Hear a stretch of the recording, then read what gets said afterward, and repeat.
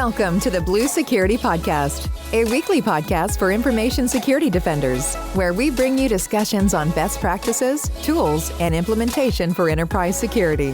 Now, here are your hosts for today's show, Andy Jha and Adam Brewer. Welcome to this week's episode of the Blue Security Podcast. I'm Andy, your host. I'm Adam, your co-host. We're going to talk about the force reductions and the layoffs that have been happening in the tech industry lately. It's a little bit different than what we typically talk about, but obviously a lot of folks that we know in the industry, especially the cybersecurity industry, may have been affected. So I just want to talk about psychologically and, what people go through when this happens, because it has happened to me personally.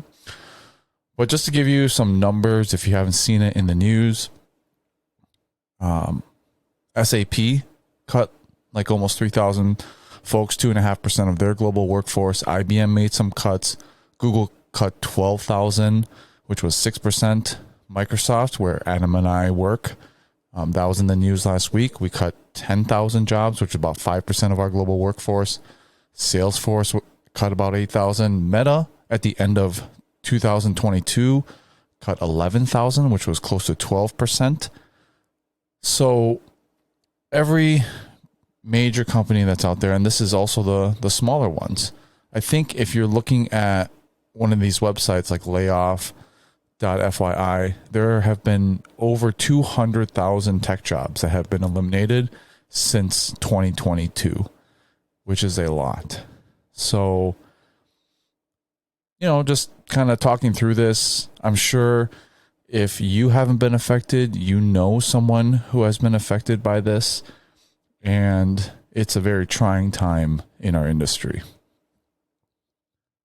Absolutely. And I've been fortunate. I've never been impacted by it, which maybe in some ways makes it scarier to think about what that would be like and how it would affect me and my family. But I, of course, have been there as close friends have been impacted by layoffs in the past. And not to make it equivalent, but it really does affect everyone. The folks who stay are impacted in different ways. You look at Twitter as an example, and anybody still there is probably having to do the work of 2 to 3 people as a result of it, and be very fearful about future cuts. And that might impact everything about their life, their ability to sleep, their ability to focus, their stress level, their anxiety level. So even though they didn't get cut, there's still impacts there. I've seen some people on Blind half jokingly, half seriously say, "Can I volunteer as tribute?" and ask to be laid off because of the severance package and the opportunity to go look for something else. And I think that's an interesting dynamic too right now, where it does highlight the impact that's so broad. But of course, we should really start with the impact on those who are actually impacted by the layoffs. Psychologically, it is really hard, especially if it's your first time. You said that you've never been impacted, and so thinking about what might that feel like if it happens, I think you're usually kind of punched in the gut and not really expecting it, because no one really expects these things. And so for me, just personally, I wanted to share a little bit about my story, because I've actually been laid off 4 times in my career. And I remember also seeing it from my dad when he was an engineer and he had gotten laid off several times. And at that time, we were a single income family. He made maybe like $50,000, $60,000 a year. And all of a sudden we went to nothing. And so he collected unemployment, and we lived on that for a while, but then that runs out if you don't find a job. And I remember cutting back, and the stress that put on my parents. So after seeing that happen to my dad when I was younger, the way that he conducted himself after is a lot how I conducted myself after I got laid off. And so I wanted to share some of that. But, the things that, that really, one of the things that I told my colleagues when we all got eliminated at one of the places that I worked is, this can be a blessing in disguise. I know it doesn't seem like that right now, but most people, if you're doing a good job and you're keeping up with the things that you need to, you should be able to land on your feet. And most of the time you find somewhere better. So for example, when I graduated college, I went into the Air Force. And at the time, we had over-recruited our military because of 9/11. And then about the 2005, 2006 timeframe, the military actually went through a downsizing because the Air Force needed to buy F-22 fighter jets to replace the aging F-15s. And the best way to pay for that was to eliminate people.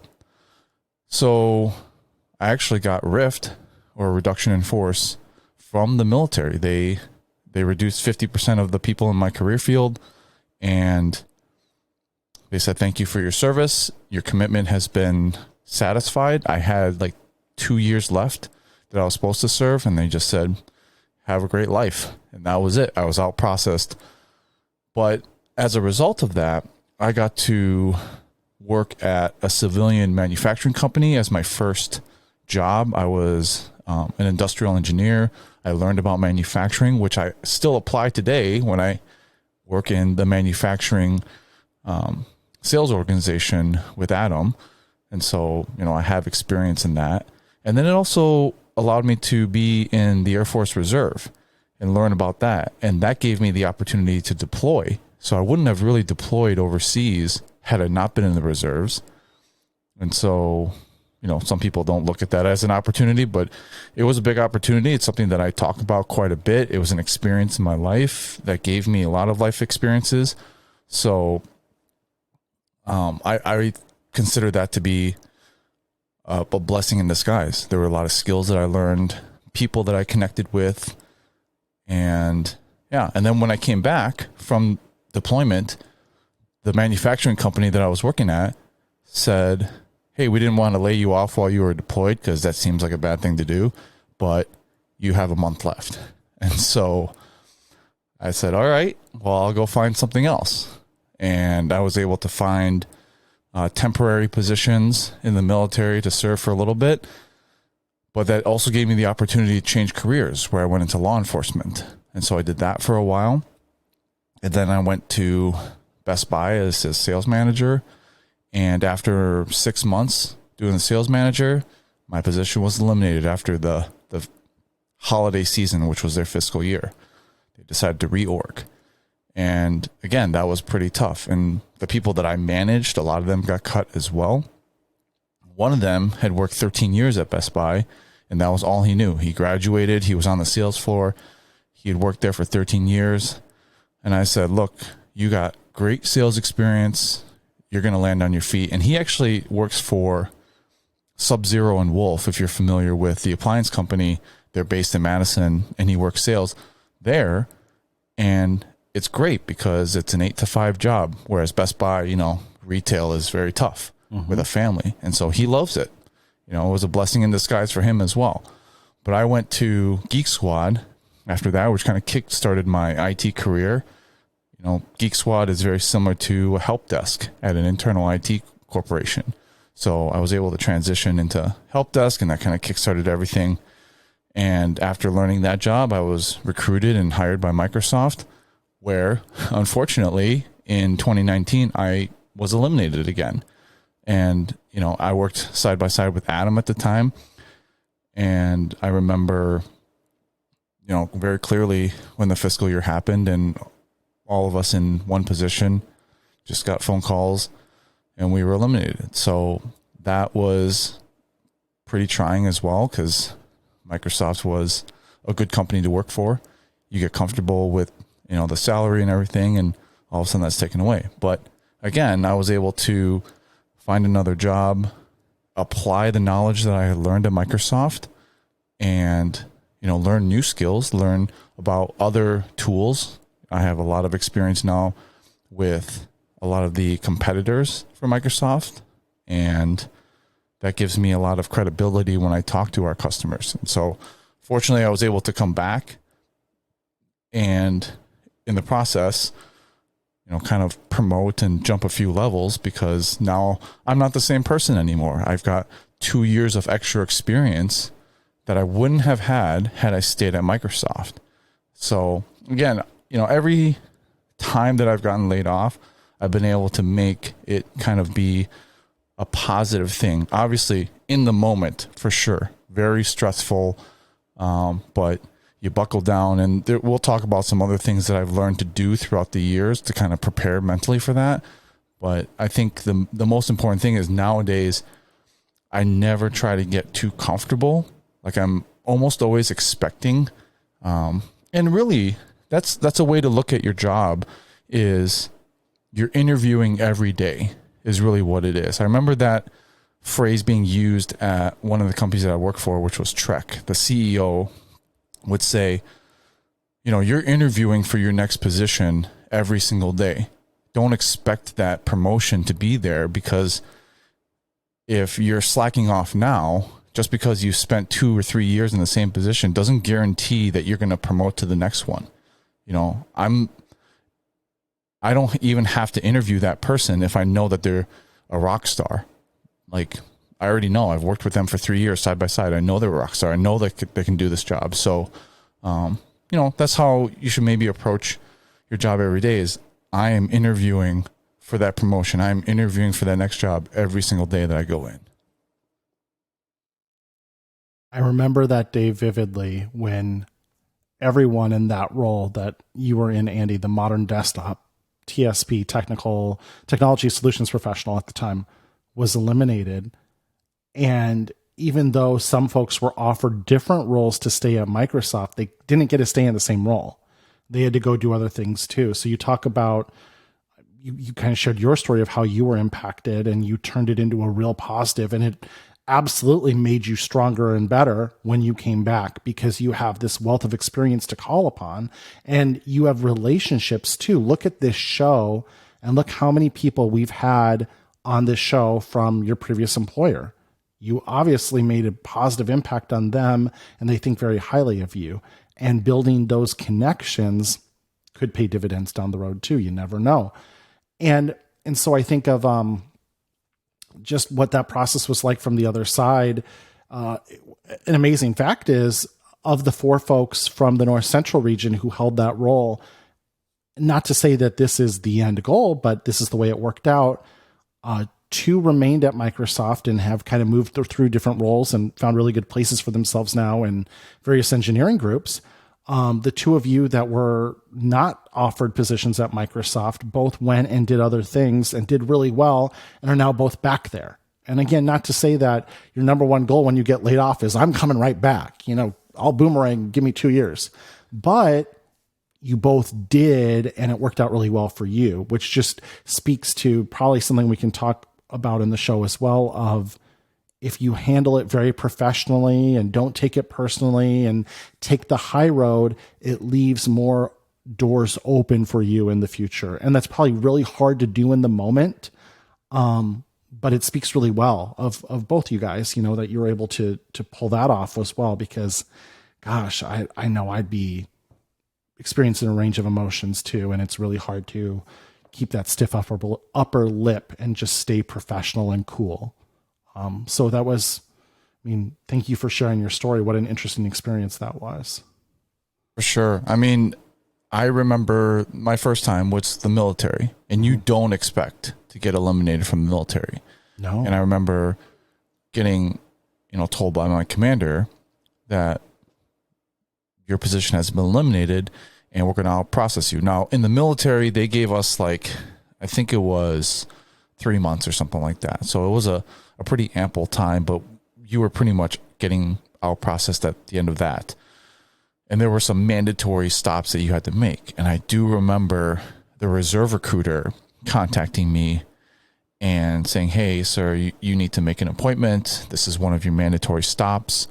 And I was not happy about it. I'm like, I'm done with the Air Force. I don't want to do anything. Like, I'll come in there, but I really don't want to.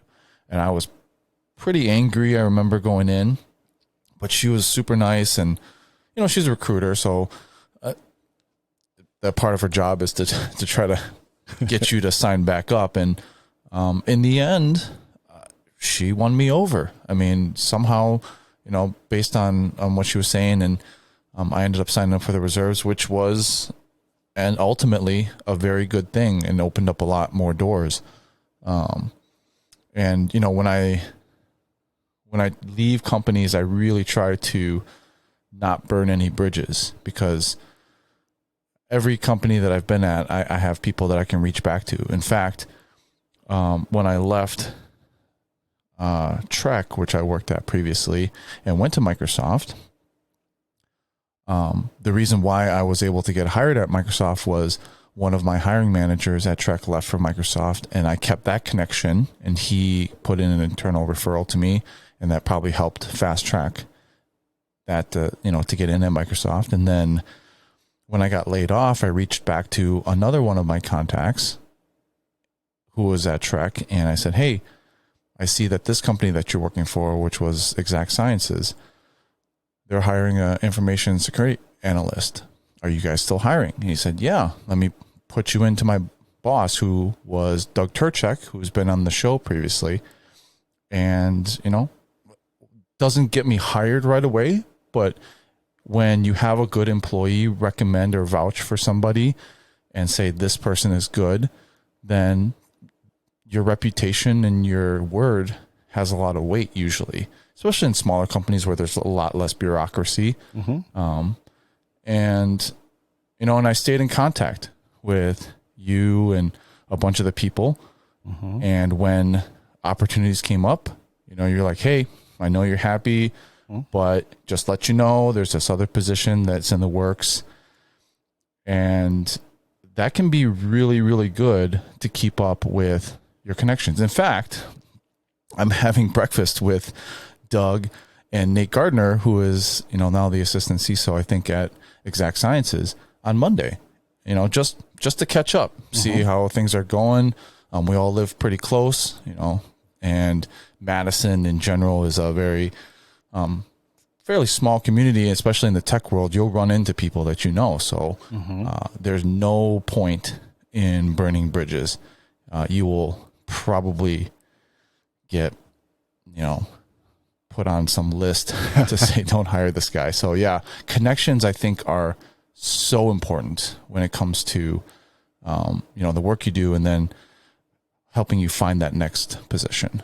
Well, Madison and Des Moines are actually very similarly sized metropolitan areas. I think we're within just one or two spots of each other, like on the Census Bureau's list. And the same advice is dispensed about Des Moines, which, is a metro of like 500, 600,000 people. I know Madison's similar size. It's a small community. People talk. Your reputation is your most important asset. Protect it vigorously. And again, even though I haven't been laid off, I've had to deliver bad news to people that I've worked with, that I was leaving to go take another role. In one case, in my career, I worked for this great director at Farm Bureau Financial Services for many, many years, like 4 or 5 years. And that's where I really got my start doing Office 365 stuff. And he was laid off or terminated for cause or whatever, not really clear, never got clarity on that, but went to another company locally and essentially said, hey, I trust you. I know you know what you're doing. We need help on this place's Office 365 environment. Would you consider coming over? And it's like, I would jump at the chance to work with you again. And so I went and worked with him, and I was only there like 6 or 7 months when Microsoft came and knocked on my door. And you kind of don't say no to that. And thankfully, the hiring process took a while. So instead of being with him like 5 or 6 months, it wound up being closer to a year before I actually moved.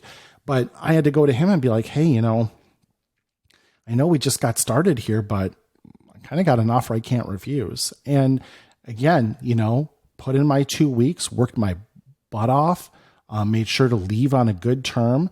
And to this day, like we are now personal friends. We have lunch regularly. We go play bar trivia together sometimes. And he's worked his way up. He's now vice president of IT at that company.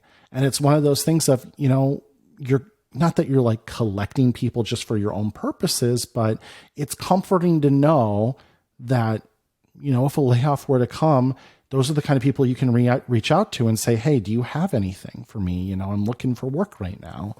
And the more folks you can reach out to, the better chances you have of landing on your feet. So whatever the circumstances are, whether it's a layoff or whether you're leaving under your own terms, the relationships, they really, really help. And I think the more, especially in security, where trust is so important, that you really try to maintain that and you want to leave in a positive way. Because I'll tell you, I've left 2 companies where I was in a security position where I had administrative rights. I had basically the keys to the kingdom. And I know that my coworkers and my boss talked, without me, and with the topic of, should we revoke his access now? And a lot of people in security, when they put in their 2 weeks, they just basically cut off their access and they're done, because maybe you're going to a competitor, or maybe you did it in a suspicious way that, warrants that. But in both cases, not to say that, I'm like the best person in the world, but I was fortunate that my coworkers trusted me and that I had integrity when I was doing the job, and they decided not to cut off my access. And so I was able to work and help transition everything during that time period. In the Exact Sciences case, I think I gave like 3 or 4 weeks even. I tried to schedule it out, my start date, so that there was ample time to do transition. And, people are grateful for that, because 2 weeks is very short to do a transition. It is. Yeah. So, if you're trying to not burn any bridges, it really matters the way that you leave. Absolutely. I will just say a similar case. I was global administrator of, like an 8,000 mailbox environment, and I had global admin to my last day on the job. Never got taken away from me. I mean, then again, to be perfectly honest, I don't know if they had somebody to take it from me, but the point stands of like, I could have done very malicious stuff, but there was obviously that trust of, that was of course not my goal or my intent. I did test it though in one case. I actually think in both cases, where as soon as I walked out the door, I tested to see if I still had access, and they had revoked it as soon as I left the building on my last day. So, and that's something that you want to take care of. Yeah. Operational excellence. Right? Yes. But a couple other things that I wanted to talk about was, nowadays I do a annual review of my resume every year. I update it. Some people let that go stagnant. In fact, before this episode, I wanted to check, because I actually didn't remember updating it last year, but then I went and looked, and the last edit date was in July of 2022. So I did do a review last year. Probably will do another one in June or so, but at least, I know it's less than a year old and can get updated pretty quickly and put out there. And so that's something that you want to do. When I got that conversation to get laid off from Microsoft, it was right after the fiscal year, so July, and I had just done a review of my resume in June. I don't know if it was like, a sign, but it was already up to date. And so before the call ended, I had already submitted my resume to a bunch of different recruiters and jobs and whatnot. So, always keep that up to date. And, maybe you're in a position where the job requirements for the ones that you're looking for don't exactly match, because they're not always the same. Every company differs a little bit. Every job, even if it's the same title, may differ. So you want to try to find a way to tailor your experiences to the position that you're applying to. So I had to do this a lot, because military experience and police experience don't really translate to civilian stuff, but I have been able to explain the skills that are valuable to cybersecurity, or even to sales. Like I remember one of my interviewers for Microsoft actually asked me about my police experience and how that would be valuable in the Windows TSP position, the modern desktop TSP.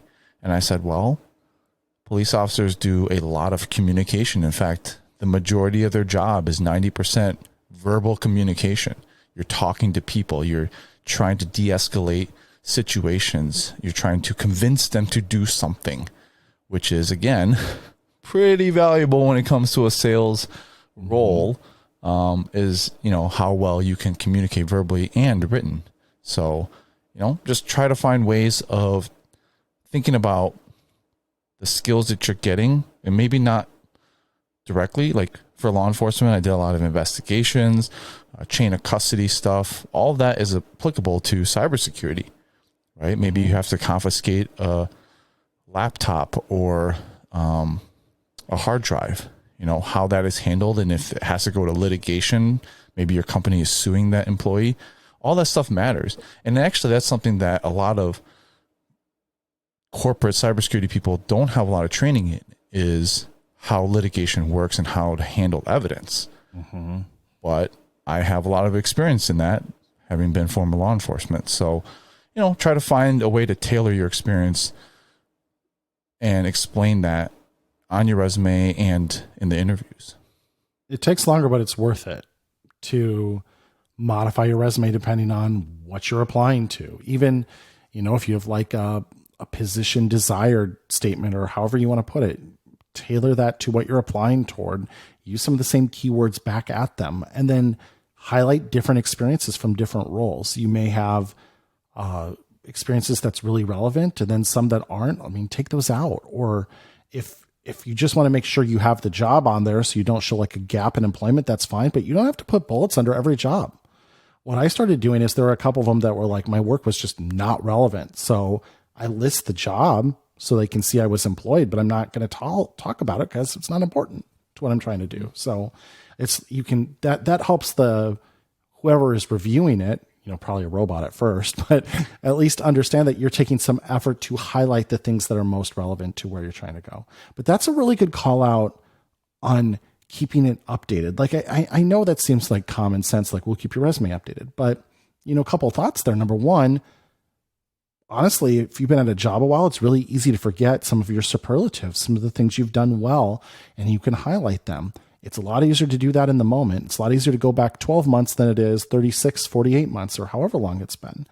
The other part of it, when you look at the volume of layoffs that have happened, 200,000 layoffs in the tech industry, and this is going to be different depending on where you live and what you do. But my goodness, if you're in the Puget Sound area in Washington State, if you're in the Bay Area in California, there's a lot of people looking for work right now, and time could be an ally. The faster you can respond to an opportunity, the quicker you can get your foot in the door. That could be all the difference. And so if you need a couple of days to get your mind right after a very devastating event to be able to update your resume, you may have already missed some opportunities, versus if it's already complete, you can move and respond much more quickly. So it's one of those things of like, it's a be prepared thing, like anything else, like having a fire extinguisher in your kitchen, having your resume updated.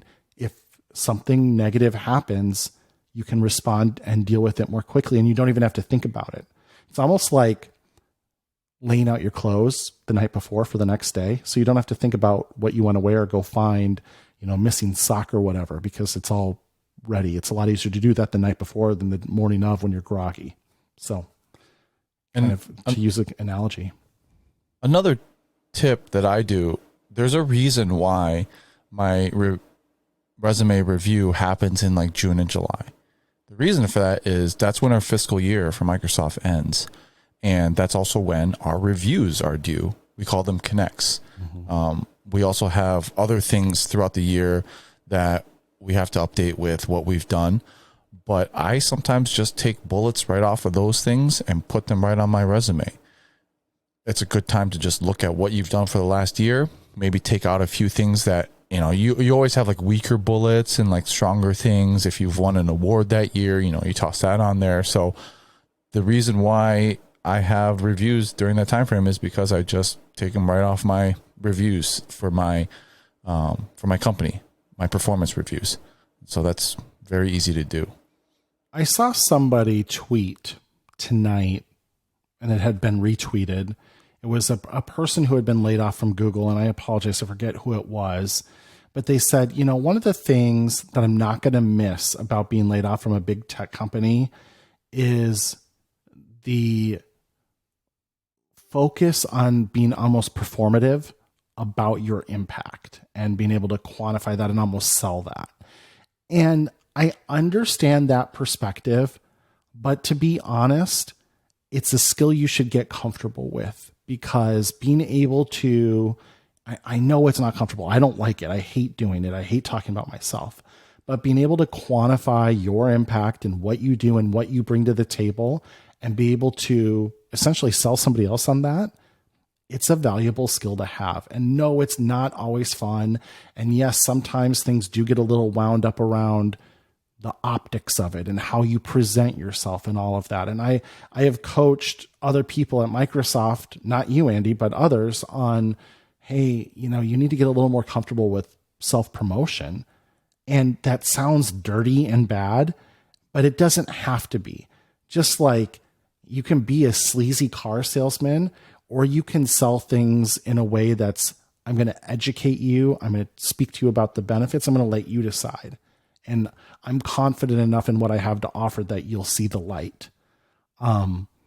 Same thing with being able to articulate your value to an organization. That doesn't have to be a bad thing. It doesn't have to be you are obsessed with yourself or anything negative like that. It's just a valuable skill in corporate America. I think psychologically, the last thing that I just wanted to close with is your work family. A lot of people refer to their work family or, we're family here, blah, blah, blah. But they're not your real family. They're a business. And for the most part, and I'm not saying everybody, because there's obviously like family owned businesses and all this stuff, and people go out of the way to really try to help their employees. But for the most part, it's a business. And most of these things are business decisions. So it's hard not to take personal, because a lot of people spend a lot of time. They take a lot of pride in work, but it comes down to pay and business and making money. And, when it comes to that, your family is really what is most important. That's what I've learned over the years. And so whatever I need to do to try to make sure that my mental health is in check, that I'm doing what's best for my family, that's what I'm going to do. Don't not take vacation, don't stress yourself on vacation and check your emails, all that stuff, because business is going to go on. And if there's anything that I've learned, is that everybody is replaceable. You are a valuable person to that company for sure. Everyone is, if you're a good employee, but that does not mean that they couldn't replace you in a heartbeat. They can, and they will if they have to.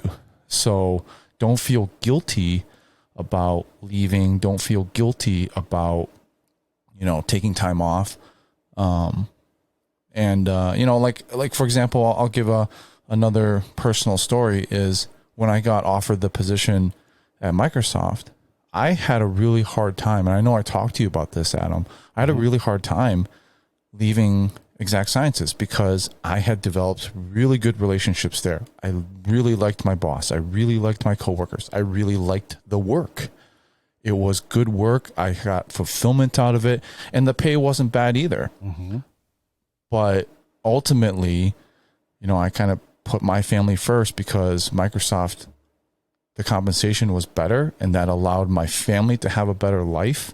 And so while I was leaving a really, really good gig, the job at Microsoft, ultimately from my personal family, was better just because It allowed me to do more with my life. And so that's really the thing that I think is, for me, mentally, how I try to think of these things is, as I'm at the work, it's not that you're going to slack off. Like, don't think of it like I'm not going to do work or I'm just going to check out.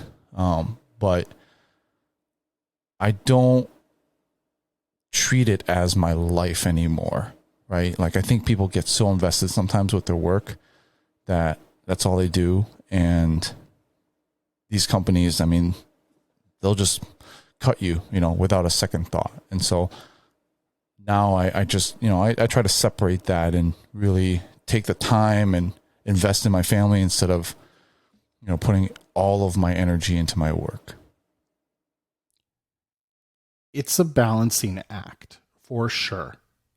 It's great to build relationships and friendships at work. And I would like to think I have built meaningful friendships that would carry on regardless of where we worked moving forward. Like our chat that always has a funny name, but usually goes by a variation of "you're holding it wrong" based on the old Steve Jobs quote. And we have a great time geeking out over technology, asking for advice from each other. And we have built meaningful friendships, but you're right. Work is not your family. And one thing that stood out to me, and this isn't a knock. This is, sometimes I do remind customers in a like non-hostile way, but I remind them that like Microsoft is a for-profit business. It exists to make money. In our quarterly earnings call that Amy Hood and Satya Nadella hosted on Tuesday night, and I'm just going to kind of say this without comment, but one of the things Amy Hood pointed out was at the end of Microsoft's second quarter, she said, and I'll quote, "And finally, we returned $9.7 billion to shareholders through share repurchases and dividends." So 10,000 people got laid off from Microsoft, which is a fact, through the end of the third quarter here, which will be through March 31. And Microsoft paid out $9.7 billion to their shareholders through dividends and share repurchases. That's the purpose of a corporation, is to do that. Now, that doesn't mean you can't do it with empathy and with kindness, and trying to help as much as possible. But you're right. At the end of the day, businesses are in business for business reasons, for money. And you need to live your life and not necessarily, I don't want to say use them, but there's like again, we talk a lot about Microsoft because it's what we know. But at Microsoft, a lot of times what they talk about is the deal you get at Microsoft. Like, you give time to the company, you invest effort in the company, and they repay you through compensation and benefits, right? And so they ask a variation of this question, like the annual employee polls of, "I think I have a good deal at Microsoft." And yes or no, or strongly agree, strongly disagree, whatever. But that's really how you think about it. And that almost makes it transactional, but work is transactional. You are transacting your time for money. Now, Andy, I think you have in the notes here, like, your work should be fulfilling and you should enjoy it and you should like going to work. That's something to aim for, absolutely. But don't forget that it's transactional. And just as it's transactional on your part, it's transactional on their part too. So I think that is a really, really good reminder. And you know what that makes me think of, Andy? And maybe a future show on this. And I think we're going to have to learn more about it because it's kind of new to us, unless you had this at Exact Sciences or one of your previous employers. But Microsoft recently moved to a discretionary time off model where you don't have a bank of vacation hours anymore. And you can essentially take unlimited time off. It's not unlimited. But if you need to take time off, you take time off, and it's whatever. And there's been a lot of conversation around that, like, oh, it's a scam, it's an accounting thing. I think it can be beneficial, but it depends on the culture that you work in. My sister works for a company, my sister's a workaholic, that has had they call it like RTO, responsible time off, or something like that. And they've had it for like 6 or 7 years. And I said, well, hey sis, how much time do you take off in any given year? And she's like, I don't know, about 9 or 10 days. What are you doing? Like, you have effectively unlimited time off, and you've been at the company for a long time. Like back when they used to have a bank of, PTO, you would have been in the second or third tier already. You've been there a long time. You probably, under the old system, have 20 or 25 days off by now. What are you doing? Take more time off. She's like, I know, I'm just bad at planning it. And just, it's one of those things of you got to do it. And so one of the first things I did when we moved to that model was I immediately threw a whole bunch of time off on everyone else's calendar to kind of block it off and be like, I'm doing this. I'm taking this time off, because I hit my 6-year mark in March. And now I moved to, I would have under the old system started to get 20 days off plus, per floating holidays, whatever. And so it's like, well, darn it. My benchmark is I'm going to take 20 days off this year at least. Yeah. So I was starting to get them in, but I think that's something maybe we could do a show on in the future. Again, we got to get the hang of it first, but how to manage that and vacations in general, like, cause I know cybersecurity people, they have a really hard time unplugging. So talking about this kind of, I think, segues into a future show like that. Yeah, I know that I had a hard time unplugging when I was doing it at Exact Sciences, to the fact where Nate, who was my coworker, he would kind of jokingly be like, oh, there's that Andy bot that is activated during the vacation, where I would like say something in Teams. He's like, oh, that's weird. That's some malware bot that's talking back to my replies. Andy's supposed to be on vacation. So yeah, I mean, I think it is very difficult for cybersecurity folks, because we care. We do care about, what happens. And sometimes you are the expert on the system. And so that all plays into the culture that you're talking about, is really, it's a team effort. Like Nate would, make fun of me for working, and, I'd eventually get the hint and be like, all right, I'll let you guys do your thing and I'll unplug. So, yeah. Hopefully this gives people, I don't know what the purpose of this show is mainly just to kind of talk through this and hopefully help people work through, if it has impacted you, that you aren't alone and that there is light at the end of the tunnel. It's definitely hard, and I've been through it many times, but yeah, I think try to turn it into a positive experience. I think when you look back on this time in the future, I hope that you look on it with the same that I do every time that has happened to me, is that it has been a blessing in disguise. And in fact, when it happened at Microsoft, you talk about, Adam, how companies are doing this and as well as posting how much money that they're making, but they also do it with empathy. Microsoft did a very, very good job. The last time I got laid off, they paid me for 2 months. They also gave me a severance, and I was searching for a job, and fortunately I was able to find one within 3 weeks, but I was on Microsoft's payroll for that 2 months, and it was during the summer, and I ended up spending the entire month of August that year with my boys. They were 3 and 5, and it was absolutely one of the best times of my life. I was able to spend an entire month every single day with them, because we canceled daycare and summer camps and all that because I didn't have a job. And so I just took them places. We visited places in Wisconsin. We went on trips, the zoo, all that stuff. And man, I tell you, it was something so valuable that I can't even put into words or, quantitate, because it was wonderful. And so, again, I know anyone who's been impacted by this, it's hard, but hopefully this will give you some hope and, be able to work through that process as you're trying to find the light at the end of the tunnel.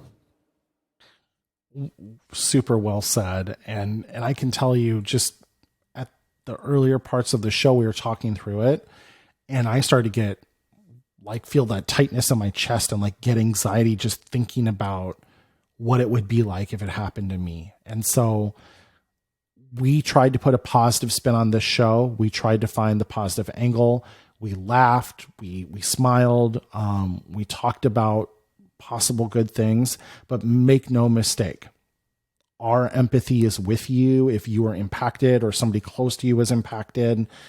It's not a fun situation, and we're not trying to make light of it, but we're trying to find the light, if that makes sense. And it's been a rough time in the technology industry that, to be perfectly honest, like I joined Microsoft March of 2017. The stock only ever went one direction. It went up, and it went up and up. And it was hard to imagine a time it didn't go up. We had COVID and the stock tanked for a little bit. All the stocks went down at first when COVID started going on in March 2020. And then the tech companies, it turned out, were going to be kind of the saviors of the pandemic because they'd let us connect and talk to each other, and they'd help companies migrate to remote workforces. And so then tech companies just took off again and went off like gangbusters. And so it's like, man, nothing's going to stop tech. And yet it, like all things, they can't go up forever. And it's been a time of realignment for a lot of us. And it's kind of crazy because these almost like invincible companies, that's like, what's going to bring them down? Like, well, it turns out inflation is going to bring them down.